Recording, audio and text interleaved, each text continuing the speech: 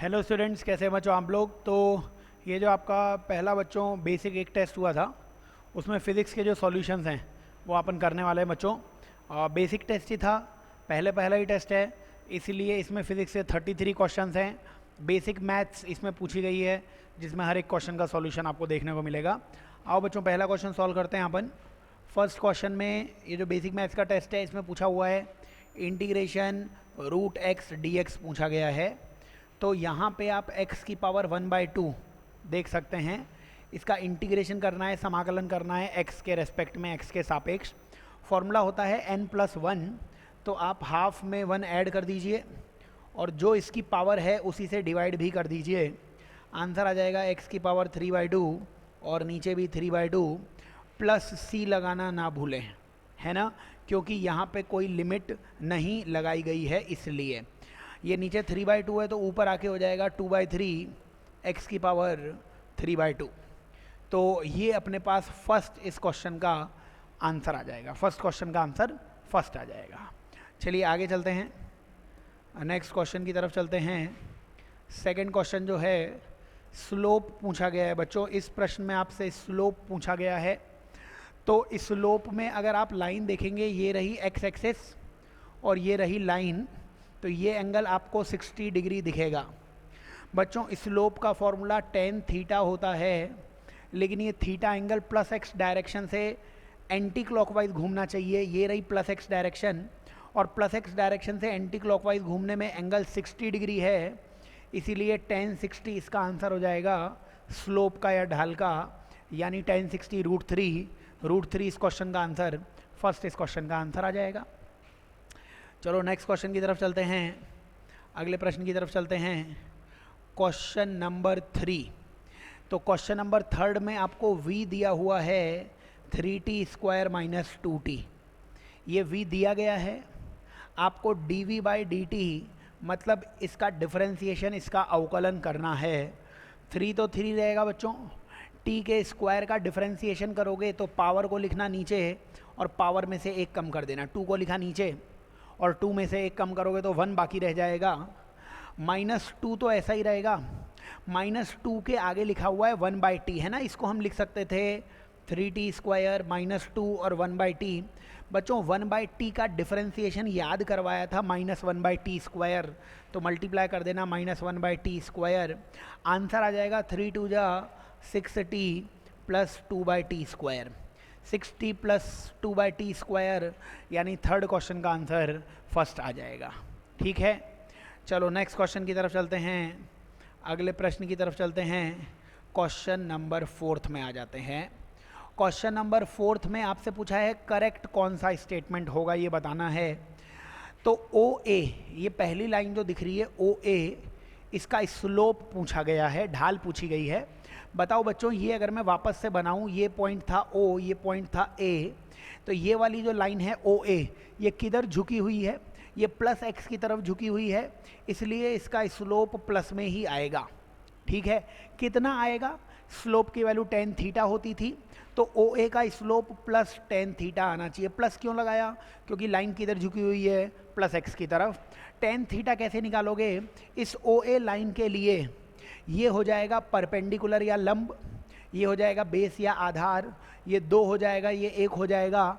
tan theta की value बच्चों perpendicular upon base से अगर देखोगे तो m की वैल्यू आ जाएगी +2/1, यानी 2 आ जाएगी, और 2 आ गई तो पहला ऑप्शन सही हो जाएगा।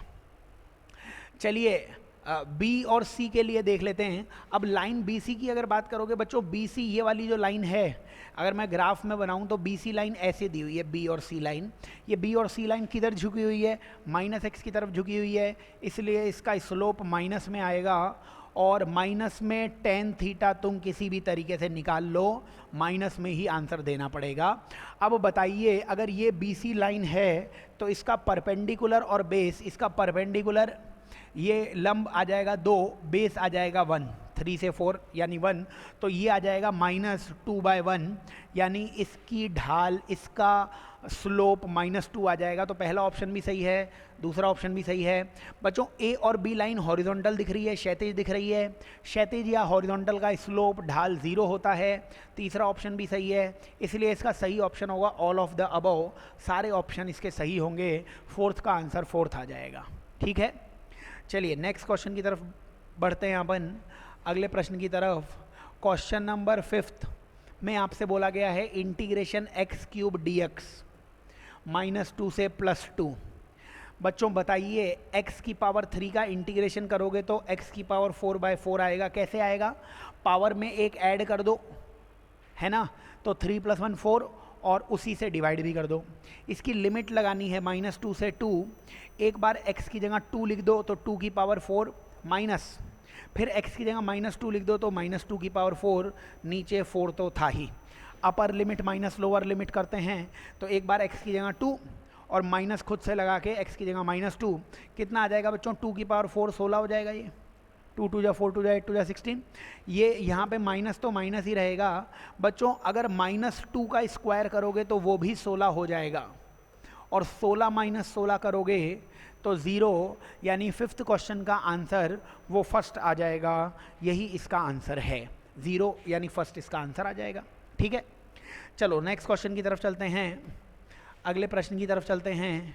क्वेश्चन नंबर 6 बच्चों, क्वेश्चन नंबर 6 में y दिया हुआ है log√e(x²।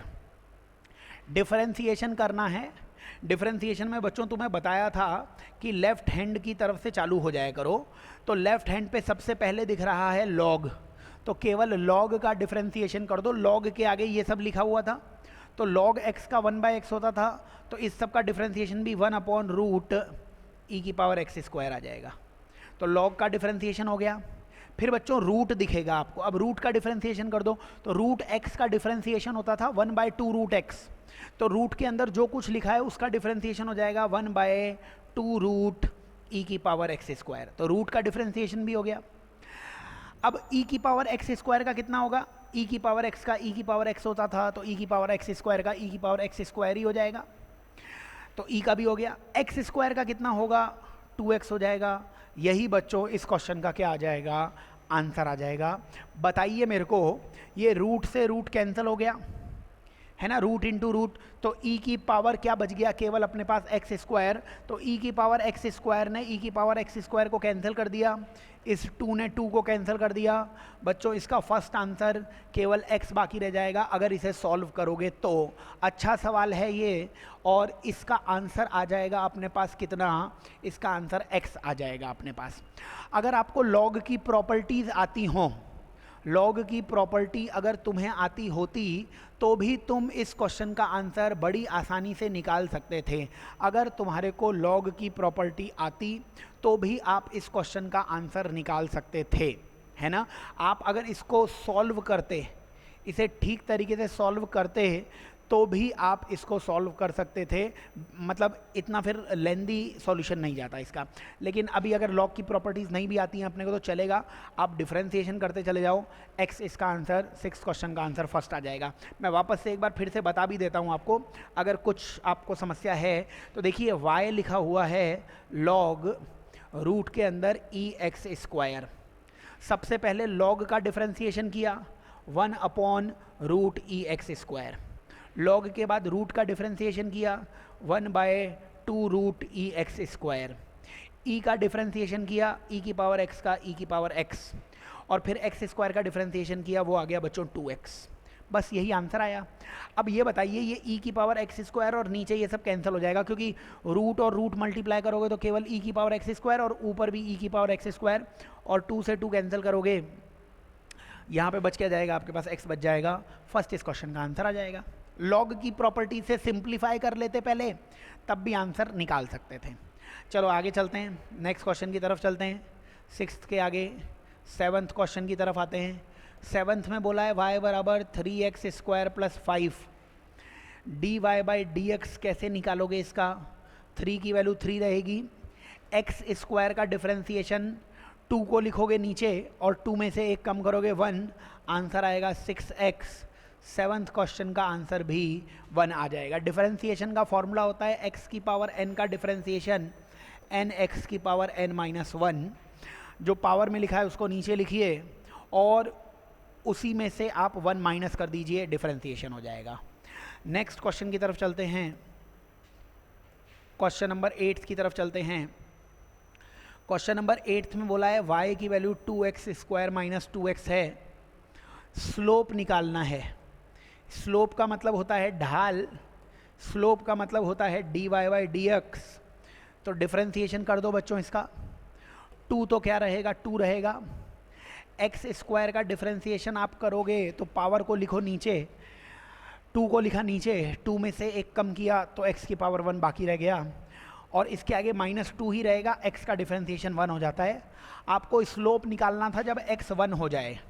इसमें ये लिखा हुआ है 4x माइनस 2, इसमें अगर आप x की वैल्यू 1 डालते हो तो 4 माइनस 2 यानी 2 इस क्वेश्चन का आंसर आ जाएगा। 8th क्वेश्चन का आंसर वो अपने पास आ जाएगा 3rd। ठीक है, तो इसका स्लोप निकालना था, इसकी ढाल निकालनी थी, तो आप सीधे इसका डिफरेंशिएशन कीजिए। देखिए 2x स्क्वायर है, 2x स्क्वायर का डिफरेंशिएशन करोगे तो 2 तो 2 रहेगा, x स्क्वायर का डिफरेंशिएशन 2x आ जाएगा, तो वो कितना आ गया, 4x आ गया। और -2x अगर आप लिखोगे, यहाँ पे ये -2x लिखा हुआ है, तो इंग्लिश के हिसाब से -2x से अगर आप करोगे तो इसका आंसर कितना आ जाएगा, +2। थोड़ा सा इसमें करेक्शन था, हिंदी में केवल ये 2x स्क्वायर माइनस 2 लिखा हुआ है ना, तो इंग्लिश के हिसाब से ही चेकिंग करेंगे। नीट में भी या जेईई मेंस में भी इंग्लिश को प्राथमिकता दी जाती है, तो यहाँ पे अगर केवल 2 ही होता तो फिर बच्चों इसका डिफरेंशिएशन 0 होके केवल 4x आ जाता आंसर, तो फिर फर्स्ट आंसर आ जाता अगर इसको डिफरेंशिएशन करते तो, है ना। लेकिन इंग्लिश में जो दिया हुआ है उसको डिफरेंशिएशन करते हुए 3rd इसका आंसर आ जाएगा 8th क्वेश्चन का। ठीक है, चलो नेक्स्ट क्वेश्चन की तरफ चलते हैं, अगले प्रश्न की तरफ चलते हैं। 9th क्वेश्चन बच्चों, साइन 300 की वैल्यू निकालनी है। तो आपको ये बताया हुआ था ये 0 डिग्री, ये 90 होता है, ये 180, ये 270 और ये 360। बताइए 300 डिग्री कहाँ पे आएगा, 270 से 360 के बीच में आएगा और वो क्या आ जाएगा, 300 डिग्री आ जाएगा।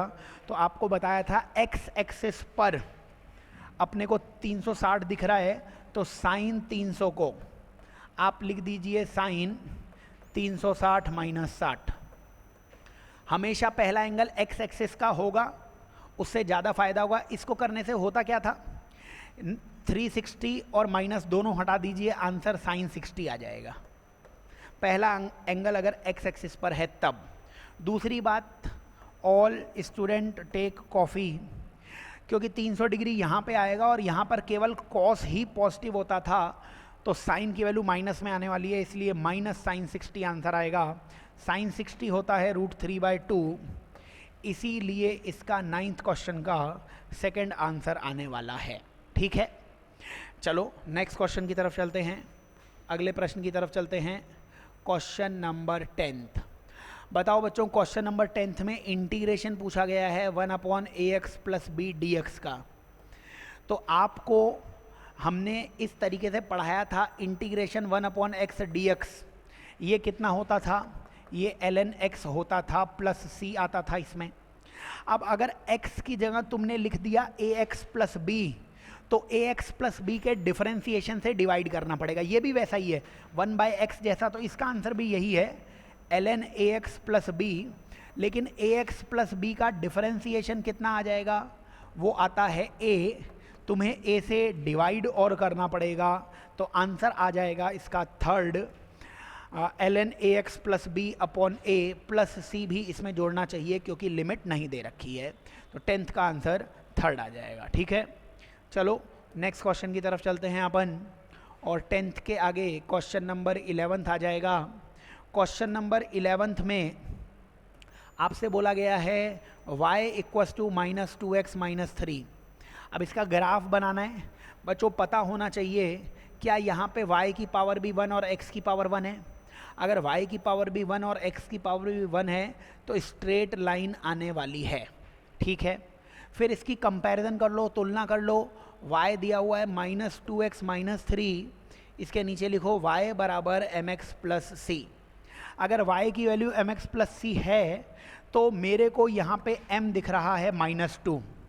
m का मतलब होता है लाइन किधर झुकी हुई होगी, m माइनस में है मतलब इस लाइन का प्यार -x की तरफ होगा, ये लाइन -x की तरफ झुकी हुई होगी। अब -x की तरफ झुकी हुई पहली लाइन भी दिख रही है -x की तरफ, और ये दूसरी लाइन भी -x की तरफ झुकी हुई है। थर्ड तो इसलिए गलत हो गया। लेकिन यहाँ कंपैरिजन करोगे, तुलना करोगे तो c की वैल्यू -3 है। c मतलब इंटरसेप्ट होता है, अंतःखंड होता है। c का वैसे मतलब होता है वो पॉइंट जहाँ पे लाइन y एक्सिस को काटेगी। तो लाइन कहाँ पे y एक्सिस को काटेगी, -3 पर काटेगी। तो -3 कहाँ पे होगा, यहाँ, यही तो -3 होगा ना। ऊपर y एक्सिस होता है +y, नीचे -y होता है। तो देखिए यही लाइन, सेकंड आंसर बिल्कुल सही है। लाइन किधर झुकी हुई है, माइनस की तरफ झुकी हुई है, क्योंकि स्लोप माइनस में है, ढाल माइनस में है। तो माइनस से अपना प्यार ये रेखा दर्शाएगी, ये स्ट्रेट लाइन माइनस की तरफ झुकेगी, और ये लाइन y एक्सिस को किस पे काट रही होगी, नेगेटिव पर काट रही होगी। ठीक है, तो ये अपने पास क्या आ जाएगा, सेकेंड ऑप्शन आ जाएगा 11वें क्वेश्चन का। आओ नेक्स्ट क्वेश्चन की तरफ चलते हैं, अगले प्रश्न की तरफ चलते हैं। Question number 12। बच्चों 12th क्वेश्चन में कहा हुआ है y = -a sin ωt, chain rule. अब डिफरेंशिएशन करना है आपको, dy/dt निकालना है आपको। तो -a ही रहेगा। साइन का डिफरेंशिएशन हो जाएगा बच्चों cos ωt। साइन का डिफरेंशिएशन cos होता है। अब साइन का तो कर लिया, लेकिन अंदर ओमेगा टी का डिफरेंशिएशन भी करना पड़ेगा। ओमेगा टी का डिफरेंशिएशन करोगे तो टी का डिफरेंशिएशन 1 और केवल ओमेगा। तो आंसर आ जाएगा -a omega cos omega T, -a omega cos omega T, जिसको आप क्या लिख सकते हो, फर्स्ट ऑप्शन लिख सकते हो। लेकिन इसमें थर्ड ऑप्शन में 1 और 2 दोनों भी करेक्ट बोला हुआ है। ये बताओ बच्चों कि cos 180 माइनस थीटा कितना होता है। तो आपको ऐसे सिखाया है ट्रिग्नोमेट्री में। बताइए ये पहला एंगल 180 डिग्री, क्या ये 180 डिग्री एक्स एक्सिस पर आ रहा है, बिल्कुल आ रहा है। इसमें से थीटा माइनस करोगे तो आप सेकंड क्वाड्रेंट में आ जाओगे। सेकंड क्वाड्रेंट में केवल साइन पॉजिटिव रहता है, ठीक है, यहाँ पे सभी ऑल पॉजिटिव, यहाँ पे साइन पॉजिटिव। तो इस आंसर में जो ये 180 माइनस थीटा, क्योंकि सेकंड क्वाड्रेंट में है इसलिए आंसर माइनस में आएगा। और बताइए क्या पहला एंगल आपको एक्स एक्सिस पर दिख रहा है, हाँ 180 डिग्री एक्स एक्सिस पर है, तो 180 और माइनस दोनों हटा के इसको कॉस थीटा लिखा जा सकता है। यानी सेकंड ऑप्शन में ये जो लिखा हुआ है ए ओमेगा कॉस पाई का मतलब 180 माइनस ओमेगा टी, ये सेकंड ऑप्शन लिखा हुआ है। इसमें ए ओमेगा तो ए ओमेगा रहेगा, लेकिन कॉस 180 माइनस थीटा को माइनस कॉस थीटा लिखा जाएगा। तो सेकंड ऑप्शन भी मेरे को इस आंसर जैसा दिख रहा है। इसीलिए 12th क्वेश्चन का आंसर थर्ड आ जाएगा कि 1 और 2 दोनों सही हैं। ठीक है, देख लेना, आपसे वैल्यूज़ सोचने पर मजबूर किया गया है कि कहाँ कहाँ गलती हो सकती है ना। चलिए नेक्स्ट क्वेश्चन की तरफ चलते हैं अपन। और 13th क्वेश्चन में इंटीग्रेशन 3x² + 1 dx ये पूछा हुआ है 0 से 1 तक। बताइए इंटीग्रेशन 3 तो 3 रहेगा, x² का इंटीग्रेशन पावर में एक ऐड करो, उसी से डिवाइड करो। तो 2 में एक ऐड कर लोगे तो वो आ जाएगा x³ और नीचे भी 3 आ जाएगा, प्लस 1, तो 1 का इंटीग्रेशन कितना हो जाएगा, x हो जाएगा। इसमें आप 1 रख दो पहले। अब ये 3 से 3 तो कैंसिल है, ये x³ + x है, इसकी लिमिट है 0 से 1। एक बार इसमें 1 रख दो, 1 रखोगे तो 1 का क्यूब + 1 और माइनस 0 रखोगे तो सारा 0 ही आ जाएगा। यानी 2 इस क्वेश्चन का आंसर आ जाएगा, 13th का आंसर आ जाएगा सेकेंड। ठीक है, चलो नेक्स्ट क्वेश्चन की तरफ चलते हैं, अगले प्रश्न की तरफ चलते हैं। और इसमें आप क्वेश्चन नंबर 14 पे आ जाइए। क्वेश्चन नंबर 14 में बोला है v की वैल्यू दे रखी है bx0 e⁻⁻bt। बच्चों आपको याद कराया था e⁻⁻t, इसका मतलब हमेशा होता है डिक्रीजिंग या घटने वाला कर्व होता है, इसीलिए इसका आंसर फर्स्ट आने वाला है। डिक्रीजिंग कर्व, घटने वाला कर्व यही होता है। याद करा दूं, अगर 1 - e⁻⁻t कभी भी दिखा तो फिर सेकंड आंसर आ जाता, फिर वो बढ़ने वाला कर्व हो जाता। अभी 14th क्वेश्चन का आंसर आप देखोगे फर्स्ट आएगा, डिक्रीजिंग नेचर होता है। बेसिक मैथ्स का पेपर था, जो भी बच्चा नीट 2022 में या 23 में देने वाला है उसके लिए ये पेपर बनाया गया था, तो उसको ये सब बेसिक टर्म्स आनी चाहिए। आइए नेक्स्ट क्वेश्चन की तरफ चलते हैं, अगले प्रश्न की तरफ चलते हैं। क्वेश्चन नंबर 15 में बोला हुआ है मोमेंटम इज कांस्टेंट। मोमेंटम या संवेग को p माना है, वो कांस्टेंट है।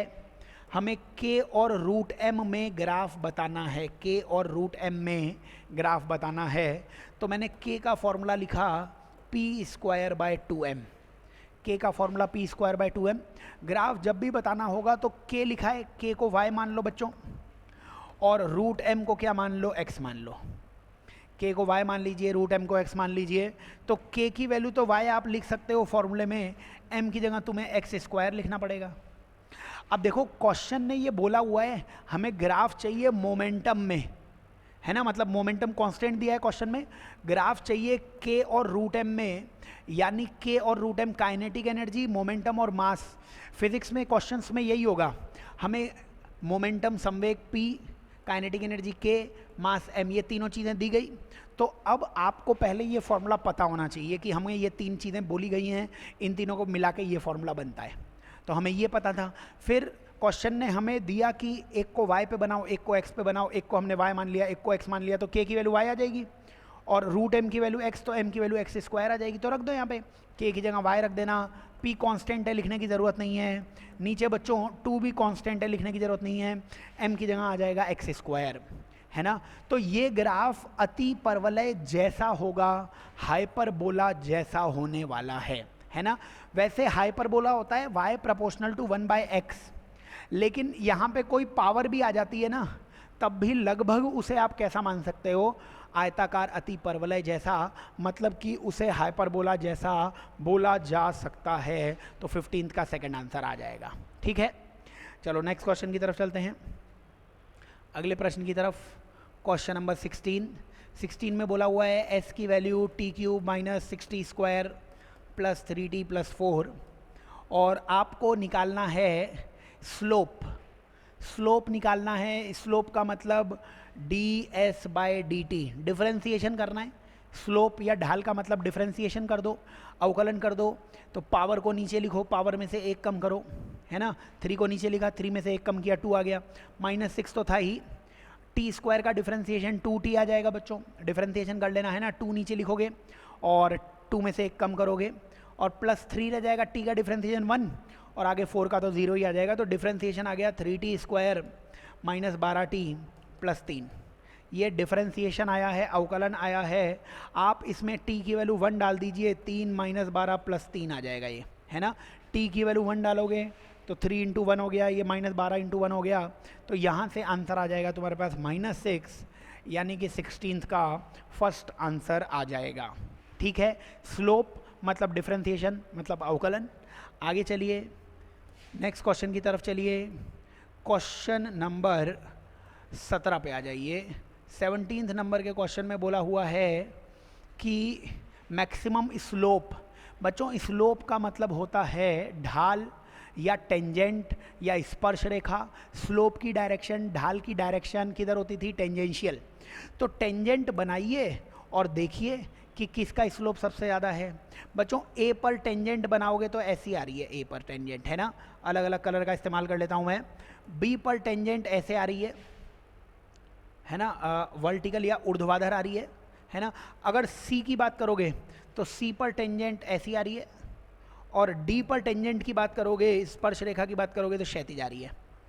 अब बताओ, हमने आपको लिखवाया था इस हॉरिजॉन्टल लाइन का स्लोप या ढाल 0 होती है क्षैतिज की, और ऊर्ध्वाधर या वर्टिकल लाइन का स्लोप होता है इनफाइनाइट। तो आप जितना वर्टिकल हो जाओगे, आप जितना ऊर्ध्वाधर हो जाओगे, आप समझ लेना स्लोप बढ़ रहा है। इनमें जो रेड वाली लाइन है वो सबसे ज़्यादा वर्टिकल है, वो सबसे ज़्यादा ऊर्ध्वाधर है, इसीलिए बी पॉइंट का स्लोप या ढाल मैक्सिमम होगी। येलो झुकी हुई थी, रेड सबसे ज़्यादा स्ट्रेट हो गई, वर्टिकल हो गई, ऊर्ध्वाधर हो गई, ग्रीन भी थोड़ी झुकी हुई है, और ये जो पिंक है ये तो बिल्कुल ही लेटी हुई है ना। तो सबसे ज़्यादा ढाल या स्लोप पॉइंट बी की होगी, वही आंसर आ जाएगा। चलिए नेक्स्ट क्वेश्चन पे आ जाते हैं अपन। क्वेश्चन नंबर 18 पे आ जाते हैं। 18 पे आपसे बोला गया है कि 10 माइनस 7 पाई का आंसर कितना आएगा। बच्चों क्या इसे sine minus 7 pi upon cos minus 7 pi लिखा जा सकता है? हाँ, 10 को साइन बाई कॉस लिखा जा सकता है। हमने आपको क्लास में फॉर्मूले बताए थे, साइन एन पाई की वैल्यू 0 होती है बच्चों। एन इंटीजर है, पूर्णांक है, याद करना है। तो ये ऊपर वाली राशि, ऊपर वाली टर्म 0 हो गई, इसीलिए पूरा टर्म ही 0 हो जाएगा। याद करवाया था हमने, साइन एन पाई की वैल्यू कितनी होती है? 0। और कॉस एन पाई की वैल्यू हमने याद कराई थी -1 की पावर n। तो ये याद करना है, n यहाँ पे इंटीजर है, पूर्णांक है, इसे याद कर लो, आगे भी हमें ज़रूरत पड़ेगी। इस क्वेश्चन में आंसर कितना आ जाएगा? 0। चलो नेक्स्ट क्वेश्चन की तरफ चलते हैं, अगले प्रश्न की तरफ चलते हैं। 19th क्वेश्चन की तरफ आ जाते हैं। 19th क्वेश्चन में बोला है y बराबर x³ माइनस 3x प्लस 2, और मैक्सिमम वैल्यू चाहिए अपने को, मैक्सिमम वैल्यू चाहिए -2 से 2 के बीच में। मैक्सिमम वैल्यू अपने को पूछी हुई है y की मैक्सिमम वैल्यू। किसी भी चीज़ को मैक्सिमम मिनिमम करना है, उसका डिफरेंशिएशन 0 कर दो। बताओ, इसका dy/dx निकाल लो, इसका डिफरेंशिएशन कितना हो जाएगा? 3x² minus 3। 3 को नीचे लिखोगे और 3 में से एक हटाओगे, 2 आ जाएगा, यानी 3x² और -3 आ जाएगा। ये डिफरेंशिएशन है ना। इस डिफरेंशिएशन को 0 कर दो एक बार, तो 3x² माइनस 3 को अगर आप 0 करते तो यहाँ से 3x² बराबर 3 या x² बराबर 1 मिलेगा। x² 1 मिलने का मतलब x की वैल्यू 1 भी मिल सकती है, x की वैल्यू -1 भी मिल सकती है। बच्चों अब 1 पे मैक्सिमम है कि मिनिमम है पता नहीं है, तो हमने क्लास में बताया था डबल डिफरेंशिएशन कीजिए, इसका दूसरा डिफरेंशिएशन कीजिए। बताओ, इसका अगर दूसरा डिफरेंशिएशन करूँगा तो 3 ही रहेगा, x² का डिफरेंशिएशन 2x हो जाएगा, क्योंकि पावर को लिखो नीचे, 2 को लिखो नीचे, और 2 में से एक कम करोगे 1 बाकी रह जाएगा। 3 × 2x मतलब 6x, तो दूसरा डिफरेंशिएशन 6x आ गया। अब बताओ, अगर x की जगह तुम 1 रखते तो आपको मिलता 6 मतलब पॉजिटिव, पॉजिटिव मतलब ज़्यादा, ज़्यादा पे मिलता है कम, यानी यहाँ पर y मिनिमम होगा। बच्चों याद करने का तरीका बताया था, अगर तुम x की जगह लिखते -1 तो तुम्हें मिलता -6। -6 माइनस मतलब कम, कम पे मिलता है ज़्यादा, यानी यहाँ पे y होता मैक्सिमम। तो बताइए, आपको y की मैक्सिमम वैल्यू चाहिए, y कब मैक्सिमम होगा? जब x की वैल्यू -1 हो जाएगी। तो x की वैल्यू -1 यहाँ पे रख दीजिए, x की वैल्यू -1 यहाँ रखोगे तो x³ में -1 का क्यूब, -3 × -1 प्लस 2। बताओ, -1 का क्यूब बच्चों -1 हो जाएगा, +3 + 2 हो जाएगा। -1 का क्यूब -1 हो गया, माइनस माइनस यानी +3 हो गया, और ये 2 हो गया, 3 × 5, 5 - 1 यानी 4। 19th का आंसर 3rd आ जाएगा अपने पास। ठीक है, आप क्वेश्चंस देख लो और ये सारी बेसिक मैथ्स आएगी, तो आगे जो भी आप नीट या जेईई मेंस की तैयारी कर रहे हो उसमें काफ़ी फ़ायदा मिलेगा अपने को। आओ नेक्स्ट क्वेश्चन की तरफ चलते हैं। क्वेश्चन नंबर 20 की तरफ आ जाते हैं। क्वेश्चन नंबर 20 में बोला गया है साइन थीटा की वैल्यू 3/5 है। बच्चों साइन थीटा का ट्राइंगल बना लेना। साइन थीटा होता है परपेंडिकुलर अपॉन हाइपोटेन्यूज, है ना, लंब बटे कर्ण, परपेंडिकुलर 3 और हाइपोटेन्यूज 5। बच्चों बेस 4 निकाल सकते हो, आधार 4 निकाल सकते हो। कैसे? कर्ण का स्क्वायर माइनस लंब का स्क्वायर, है ना, हाइपोटेन्यूज का स्क्वायर माइनस परपेंडिकुलर का स्क्वायर, तो ये 4 आ गया। तो tan थीटा कितना आ जाएगा? tan थीटा आ जाएगा 3/4 के बराबर। tan थीटा आ जाएगा perpendicular upon base, perpendicular upon base मतलब 3/4 आ जाएगा, यानी 20th का आंसर 2 आ जाएगा। चलो नेक्स्ट क्वेश्चन की तरफ चलते हैं, अगले प्रश्न की तरफ चलते हैं। क्वेश्चन नंबर 21 में बोला है sine square 45 plus cos square 60। Value बताओ। साइन 45 होता है 1/√2, उसका स्क्वायर कर दीजिए। कॉस 60 होता है 1/2, उसका भी स्क्वायर कर दीजिए। 1/√2 का स्क्वायर बच्चों 1/2 आ जाएगा, और 1/2 का स्क्वायर 1/4 आ जाएगा। सॉल्व करने पे 3/4 21 का फर्स्ट आंसर आ जाएगा। हाफ में 1/4 जोड़ेंगे, 3/4 21 का 1 आंसर आ जाएगा। ठीक है, चलिए नेक्स्ट क्वेश्चन की तरफ चलते हैं, अगले प्रश्न की तरफ चलते हैं। और क्वेश्चन नंबर 22। बच्चों हमने एक ट्रायंगल याद करवाया था आपको, 53 डिग्री, 37 डिग्री और 90 डिग्री। एक ये ट्रायंगल था, ये जो 53 डिग्री है इसमें ये 5 और ये 3 हो जाएगा। याद करने का तरीका था कि 53 मतलब 5 और 3 लिख लो और एक 4 आ जाएगी। 5 तो हमेशा हाइपोटेन्यूज या कर्ण होगा ही, 3 या 4 में कंफ्यूज मत होना, जिसको भी 3 लिख दो, 5 और 3 के बीच का एंगल 53 है ना। अब अपने को tan 37 डिग्री चाहिए। tan 37 डिग्री, अगर ये 37 डिग्री tan 37 निकालोगे तो ये परपेंडिकुलर हो जाएगा बच्चों, और ये 4 बेस हो जाएगा, ये कर्ण हो जाएगा, ये आधार हो जाएगा, 3/4 यानी 22 का आंसर 3rd आ जाएगा। ठीक है, चलो आगे चलते हैं नेक्स्ट क्वेश्चन की तरफ, और इसमें अपन 23rd क्वेश्चन में आ जाते हैं। 23rd क्वेश्चन में OA 5 है, AB की लेंथ चाहिए। बच्चों क्या AB परपेंडिकुलर है, लंब है ना, और क्या हमें हाइपोटेन्यूज दिया हुआ है, कर्ण दिया हुआ है। तो परपेंडिकुलर और हाइपोटेन्यूज, क्या ये sin 60 के बराबर नहीं लिखा जा सकता है? बिल्कुल लिखा जा सकता है। sin 60 होता बच्चों √3/2, परपेंडिकुलर पता नहीं है, हाइपोटेन्यूज 5 हो जाता, और यहाँ से परपेंडिकुलर या लंब की वैल्यू 5 √3/2 यानी 23वें क्वेश्चन का आंसर 2nd आ जाता। आपसे इस क्वेश्चन में कोशिश करवाई गई है कि आप इस क्वेश्चन में साइन, कॉस, टेन, कॉसेक, सेक, कॉट कैसे उन फॉर्मूले का इस्तेमाल करेंगे। तो ये 23rd का आंसर आ जाएगा। चलो नेक्स्ट क्वेश्चन की तरफ चलते हैं, अगले प्रश्न की तरफ चलते हैं। 24th question. 24th क्वेश्चन में बोला हुआ है intersection on y axis of given straight line will be. बच्चों बताइए कि आपको अंतःखंड पूछा गया। अंतःखंड मतलब लाइन y एक्सिस को कहाँ पे काट रही है। तो लाइन y एक्सिस को क्या पॉजिटिव पॉइंट पे काट रही है, ऊपर +y तो होता है, पॉजिटिव पे काट रही है, इसीलिए पॉजिटिव आंसर 24th का फर्स्ट आंसर आ जाएगा। अंतःखंड का मतलब यही है कि ये लाइन y एक्सिस को किस पॉइंट पे काट रही है, पॉजिटिव y में काट रही है, +y में काट रही है, इसीलिए 24th क्वेश्चन का आंसर फर्स्ट आ जाएगा, धनात्मक या पॉजिटिव। ठीक है, चलो नेक्स्ट क्वेश्चन की तरफ चलते हैं, अगले प्रश्न की तरफ चलते हैं, और क्वेश्चन नंबर 25 की तरफ आ जाते हैं। 25 में बोला है स्लोप कितना होगा, ये पूछा गया है। बच्चों ये बताओ क्या ये वाली लाइन -x की तरफ झुकी हुई है, ये वाली लाइन किधर झुकी हुई है, -x की तरफ, तो स्लोप माइनस में ही होगा।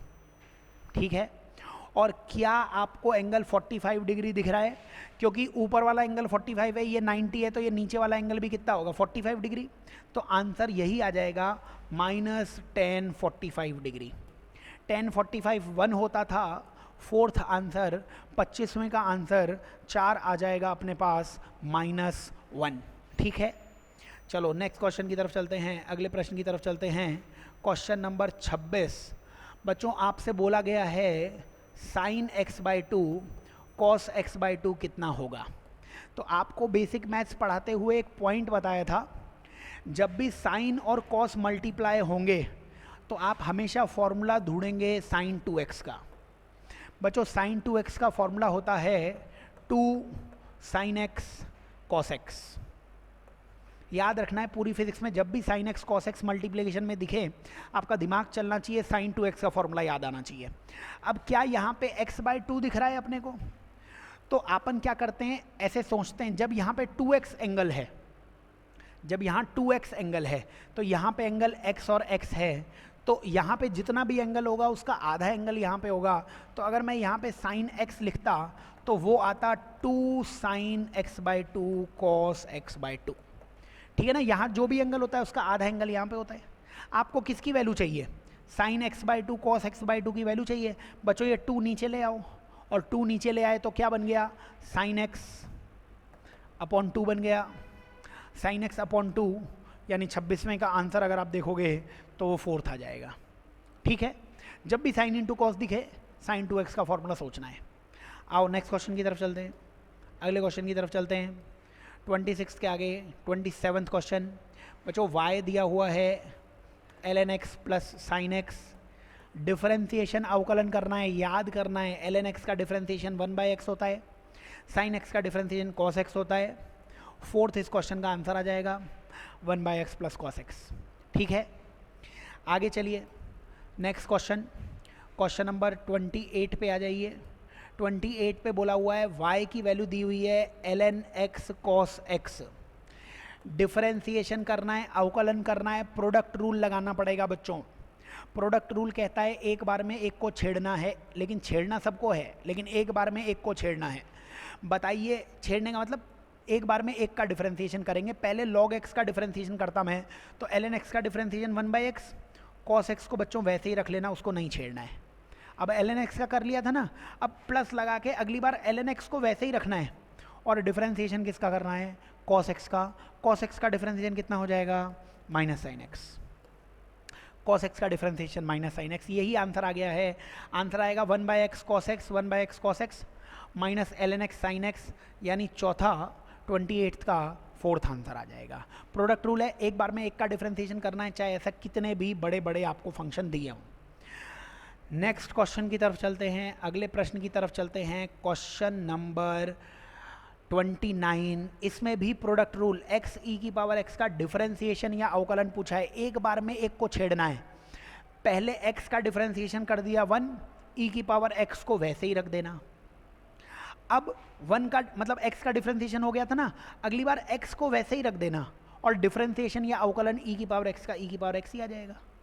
आंसर आ गया अपने पास, फर्स्ट आंसर दिख रहा है शायद इसका, x e की पावर x प्लस e की पावर x। नहीं, फर्स्ट आंसर नहीं है, x e की पावर x प्लस e की पावर x सेकेंड आंसर आ जाएगा। x e की पावर x प्लस e की पावर x 29 का आंसर सेकंड आ जाएगा। प्रोडक्ट रूल चल रहा है, प्रोडक्ट रूल में याद करना है एक बार में एक का डिफरेंशिएशन, एक बार में एक का अवकलन। ठीक है, चलो आगे चलते हैं, नेक्स्ट प्रश्न की तरफ चलते हैं, क्वेश्चन नंबर 30 की तरफ आ जाते हैं।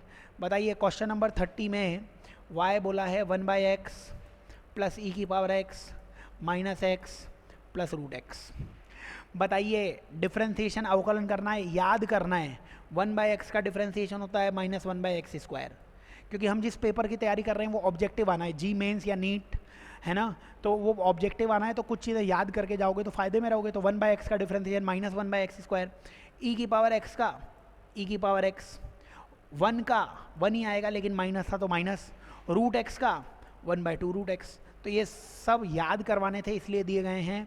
आंसर आ जाएगा minus 1/x square plus e की power x minus 1 plus 1/2 root x। Fourth इस क्वेश्चन का आंसर आ जाएगा, 30 नंबर का आंसर फोर्थ आ जाएगा। चलो नेक्स्ट क्वेश्चन की तरफ चलते हैं, अगले प्रश्न की तरफ चलते हैं, क्वेश्चन नंबर 31। 31 में तुमको y दिया हुआ है x स्क्वायर साइन x, फिर से डिफरेंशिएशन, फिर से अवकलन, बहुत काम आने वाला, इसीलिए सवाल दिए हुए हैं। प्रोडक्ट रूल लगाइए, x और x मल्टीप्लाई हो रहा है ना, प्रोडक्ट रूल, एक बार में एक का डिफरेंशिएशन। पहले x स्क्वायर का डिफरेंशिएशन 2x हो जाएगा, पावर को लिखो नीचे, पावर में से एक कम करो, और साइन x को वैसे ही लिख देना बच्चों, एक बार में एक का डिफरेंशिएशन। अब x स्क्वायर का डिफरेंशिएशन कर लिया, अगली बार x स्क्वायर को ऐसे ही रखना, साइन x का डिफरेंशिएशन cos x हो जाएगा, साइन x का डिफरेंशिएशन cos x हो जाएगा। x कॉमन ले लो क्योंकि सारे क्वेश्चन में, सारे ऑप्शन में x कॉमन है, x कॉमन लोगे तो 2 sine x plus x cos x, तो 2 sine x plus x cos x 31 का आंसर अगर आप देखोगे तो फर्स्ट आपको दिखने वाला है। ठीक है, आगे चलते हैं, नेक्स्ट क्वेश्चन की तरफ चलते हैं अपन, क्वेश्चन नंबर 32 पे आ जाते हैं। 32 में बोला गया है इंटीग्रेशन 1/2x dx। बच्चों 1/2 कांस्टेंट है, उसको छोड़ देना, फिर बचेगा 1/x dx। इंटीग्रेशन का मतलब होता है, आंसर पहले ही पता है किसका डिफरेंशिएशन 1/x है, किसका डिफरेंशिएशन 1/x होता है, log x का होता है। आंसर आ गया ln x/2 plus c, first इसका आंसर आ जाएगा। पता होना चाहिए इंटीग्रेशन मतलब, क्वेश्चन पूछा हुआ है किसका डिफरेंशिएशन ये होता है। फिजिक्स का जो आखिरी सवाल, क्योंकि बेसिक पेपर था, पहला पेपर था, 33 सवाल ही दिए गए थे, आपसे पूछा गया है y की value ax square dy/dx, differentiation बच्चों a ही रहेगा, और x स्क्वायर का डिफरेंशिएशन, पावर को लिखिए नीचे, पावर में से एक कम कीजिए तो एक्स स्क्वायर का डिफरेंशिएशन 2x, यानी थर्ड इस क्वेश्चन का आंसर आ जाएगा 33 का ये आंसर आ जाएगा। इसी के साथ बेसिक मैथ्स का जो एक सिंपल सा पेपर हुआ था, जो नीट 2022 या 23 के स्टूडेंट्स हैं उनके लिए, उनके सारे क्वेश्चंस का सॉल्यूशन आ चुका है। एक 8th क्वेश्चन में शायद थोड़ी सी प्रिंटिंग एरर थी, वो देख लेना। तो बच्चों मिलते हैं, लगे रहिए। Best of luck for your future.